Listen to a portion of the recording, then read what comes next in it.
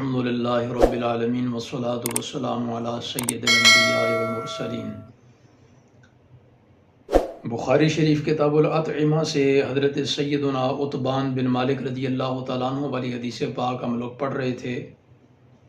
اس کا ایک حصہ بھی باقی تھا۔ آج انشاءاللہ تعالی العزیز اس کو مکمل کرتے ہیں۔ حضرت عتبان بن مالک حضور نبی رحمت علیہ السلام کے صحابی ہیں، غزوہ بدر میں شامل ہوئے تھے۔ بصارت کمزور ہونے کی وجہ سے برسات کے دنوں میں مسجد حاضر نہ ہونے کا عذر لے کر حضور علیہ السلام کی خدمت اقدس میں حاضر ہو کر عرض کرتے ہیں کہ یا رسول اللہ صلی اللہ علیہ وسلم، آپ میرے گھر تشریف لائیں اور نماز ادا فرمائیں تاکہ اس جگہ کو میں اپنی نماز پڑھنے کی جگہ بنا لوں۔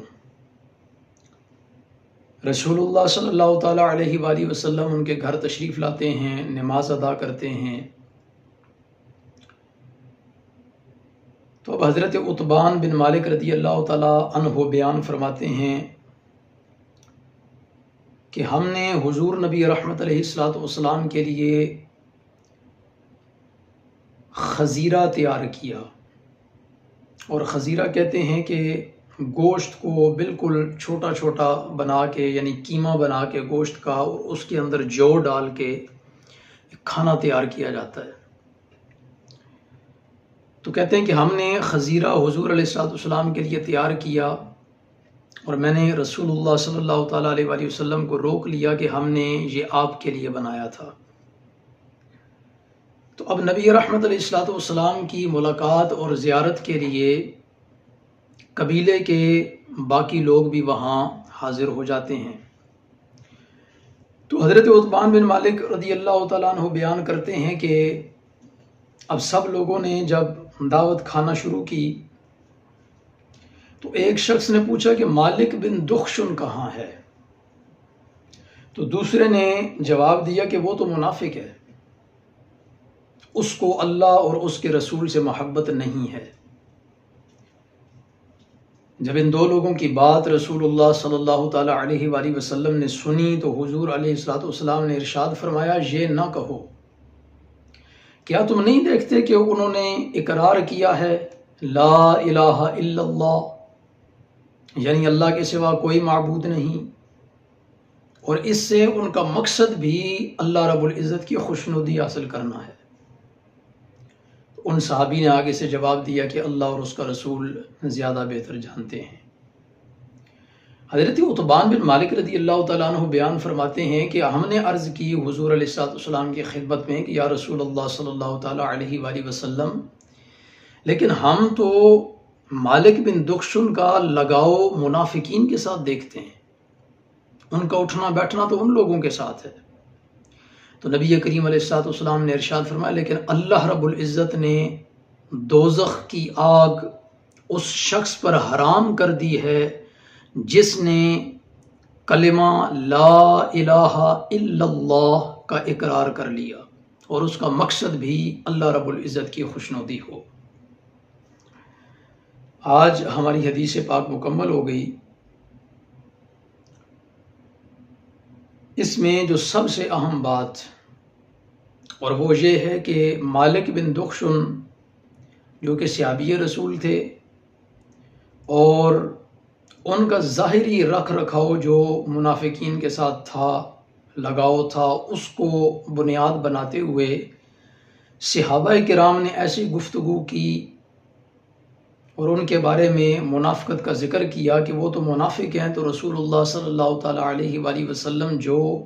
دلوں کے حال جانتے ہیں، ایک موقع پر رسول اللہ صلی اللہ تعالیٰ علیہ وآلہ وسلم نے ارشاد فرمایا، میں تمہارے رکوع بھی دیکھ رہا ہوں اور تمہارے خشوع بھی دیکھ رہا ہوں، یعنی میں تمہارے رکوع اور خشوع دونوں سے واقف ہوں۔ اب رکوع کا تعلق تو ظاہری حالت سے ہے، لیکن خشوع کا تعلق قلبی کیفیت کے ساتھ ہے، دل کی حالت کے ساتھ ہے۔ تو اللہ رب العزت کے پیارے محبوب صلی اللہ تعالیٰ علیہ وآلہ وسلم دلوں کے حال جانتے تھے۔ تو آپ نے ارشاد فرمایا کہ ان کو ایسا نہ کہو، کیونکہ انہوں نے تو لا الہ الا اللہ کا اقرار کیا ہے، اور ان کے اس اقرار کا مقصد بھی اللہ کی خوشنودی ہے۔ تو یہاں بڑی اہم اور غور طلب بات ہے کہ ہم کسی پہ کفر کا فتویٰ اس وقت تک نہیں لگا سکتے جب تک بالکل بات ظاہر نہ ہو جائے کسی کی منافقت کی یا کسی کے کفر کی، کیونکہ ہم لوگوں کے دلوں کے حال نہیں جانتے۔ لیکن اس کے باوجود آج کفر کی مشینیں موجود ہیں، صبح و شام کفر کے فتوے پرنٹ ہو رہے ہیں، چھپ رہے ہیں اور چھاپے جا رہے ہیں اور تھوپے جا رہے ہیں لوگوں پر۔ اللہ رب العزت سمجھنے کی توفیق عطا فرمائے۔ ہاں، جن باتوں کا ذکر قرآن اور حدیث کے اندر موجود ہے کہ جو ایسا کرے وہ منافق ہے، جو ایسا کرے وہ کافر ہے، تو ہم ان کو کافر یا منافق تو کہہ سکتے ہیں، لیکن اپنی طرف سے اپنی انا کی تسکین کے لیے یا اپنے علمی انا کی تسکین کے لیے ہم کسی پہ کفر کے فتوے نہیں لگا سکتے۔ اللہ رب العزت سمجھنے کی توفیق عطا فرمائے، خصوصاً ان لوگوں کو جنہوں نے امت مسلمہ پر شرک کے فتووں کو اپنا حق سمجھ لیا ہوا ہے، اور ہر دوسرے تیسرے بندے کو کہ یہ بھی مشرک ہے، یہ بھی مشرک ہے، یہ بھی شرک کرتا ہے، یہ بھی شرک کرتا ہے۔ اب اس پہ ان کی دیدہ دلیری دیکھیں کہ رسول اللہ صلی اللہ تعالیٰ علیہ وآلہ وسلم نے تو احد کے میدان میں احد کے شہداء کے مزارات پر کھڑے ہو کر صحابہ کرام سے خطاب فرماتے ہوئے ارشاد فرمایا کہ مجھے اس بات کا ڈر نہیں کہ میری امت شرک کے اندر مبتلا ہو جائے گی۔ حضور نبی رحمت علیہ الصلوۃ والسلام اس بات کی گواہی دے رہے ہیں کہ میری امت شرک نہیں کرے گی، اور یہی بات ہے کہ الحمدللہ امت کے اندر شرک موجود نہیں ہے، لیکن اس کے باوجود ایک گروہ ایسا ہے جس نے اس بات کو شاید اپنے لیے دینی فریضہ سمجھ لیا ہے، اور شاید ان کے پاس اس کے علاوہ اور کوئی بات نہیں کہ بس ہر کسی پہ مشرک کا فتویٰ لگاتے جاؤ۔ جو اللہ کے ولیوں کی تعظیم کرے اس کو مشرک بنا دو، جو اللہ رب العزت کے انبیاء کی تعظیم کرے اس کو مشرک بنا دو، جو رسول اللہ صلی اللہ تعالیٰ علیہ وآلہ وسلم کے روضہ اقدس کی تعظیم کرے اس کو مشرک بنا دو،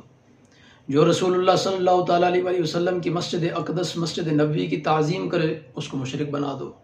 جو حضور کے شہر کی تعظیم کرے اس کو مشرک بنا دو۔ یہ بڑا آسان ہے لوگوں کے لیے۔ اللہ رب العزت سمجھنے کی توفیق عطا فرمائے۔ دلوں کے حال ہم نہیں جانتے، رسول اللہ جانتے تھے، اور انہوں نے اسی وقت لوگوں کو منع کر دیا۔ تو ہمیں اس سے یہی بات پتہ چلتی ہے کہ ہم اس وقت تک کسی پہ کفر اور منافقت کا فتویٰ نہیں لگا سکتے جب تک ہم اس کے بالکل حقیقت سے آگاہ نہ ہو جائیں، ہم پہ اس کی بات واضح نہ ہو جائے۔ اللہ رب العزت سمجھنے کی توفیق عطا فرمائے۔ وآخر دعوانا الحمد للہ رب العالمین۔